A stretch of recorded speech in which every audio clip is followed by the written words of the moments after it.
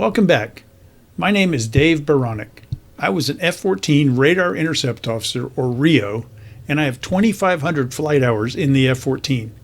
I was also a Top Gun instructor in the mid-1980s. My call sign is Bio. Today we're going to talk about the Navy's switch to the tactical paint scheme, low visibility paint, in the 1980s. Did that really help make the aircraft harder to see? And what about the temporary camouflage that some squadrons applied for certain exercises? I've got some experience to share with you. I got some photos, and I even have some models that will help illustrate the differences between the paint schemes. I recently got a few small aircraft models. The scale is 1 to 144. Here's my two F-14s. This one is the tactical paint scheme, and this one is the earlier lighter gray. Now, these models, to my eye, and hopefully to your eye, they appear close enough to function for our purpose today. In addition, I also have an F-5E model, which I painted in one of the schemes that we had at Top Gun in the mid-1980s. As you'll see in a moment, these models do, to some extent, illustrate the effectiveness of different paint schemes. Now, using models for this purpose is not something I just thought of. Author Roland White, in the recent book Harrier 809, describes a clever British aircraft engineer who was trying to develop the most effective paint scheme for Harriers when they were on their way to the Falklands War.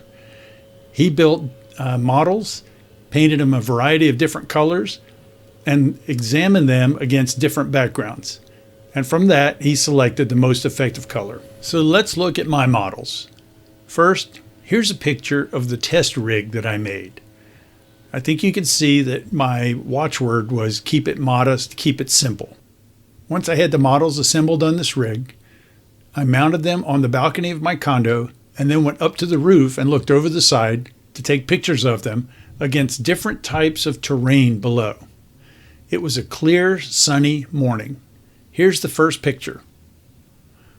Now, from measuring the distance from the roof to the models, and considering that these are 1/144th actual size, the models in this picture appear as full-size aircraft would appear at a distance of 4,000 feet. So in this first picture, against a shadow part of the terrain, you can see that all three aircraft are fairly easy to see. So from this picture, I judge that the different paint schemes do not have any impact on the aircraft visibility. However, looking at the second picture, it looks like the F-5 in its camouflage is slightly reduced. Unfortunately, the two Tomcats are still both about the same visibility. Again, this is an effective distance of 4,000 feet for actual size aircraft. Now moving to the third picture, I was surprised to see that the F-5 almost disappeared, or it certainly is greatly reduced. However, once again, the Tomcats both have roughly the same visual signature. Now, when I was taking these pictures, I considered waiting for an overcast day to see if that had any effect, because from my flying experience, I recall that overcast clouds made the lower visibility Tomcats, the tactical paint scheme Tomcats, much harder to see than a regular gull gray Tomcat. But I'm here in Florida, the weather happens to be nice, and so I wanted to get this video made. For the next part of the test, I went up on the roof of the condo to shoot the models against a blue sky background. Again, cloudless day, late morning sun, basically midday sun. This first picture, the measured distance equates to a distance of 1,000 feet from actual size aircraft. I noticed two things in this picture. One, the tactical paint scheme Tomcat is somewhat harder to see. And two, the camouflage colors are starting to break up the shape of the F-5. This is what camouflage was intended to do. Now, camouflage also is intended to blend in with the colors of the background, and so clearly a jungle camouflage against a blue sky doesn't do that, but it does break up the shape of the aircraft. So after taking this picture at 1,000 feet effective distance, I moved back, and now I have an effective distance of 6,000 feet, or 1 nautical mile. In this picture, I was surprised that the light gray F-14 is still quite visible, and the tactical paint scheme aircraft is hard to see, and the small F-5 is also difficult to see. Pay no attention to the air conditioning units on the left side of the picture. This picture illustrates one of the things that I realized about tactical paint scheme aircraft, especially on a big jet like the F-14. You can't hide a Tomcat, but you can make it harder to see. And so TPS, tactical paint scheme, just reduces the visual signature of the Tomcat. Now, when the Navy developed this tactical paint scheme, they studied a lot of various options. In the mid-'80s, when I was at Top Gun, I actually saw the report of the group that was investigating the low visibility paint. Unfortunately, I don't remember a lot of the details, and I don't even remember if it was classified.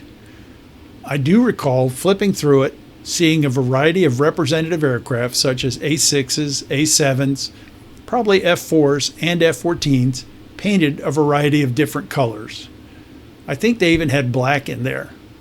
Now, as I was looking through the report, I kept hoping that they would discover that some really cool camouflage was the most effective scheme.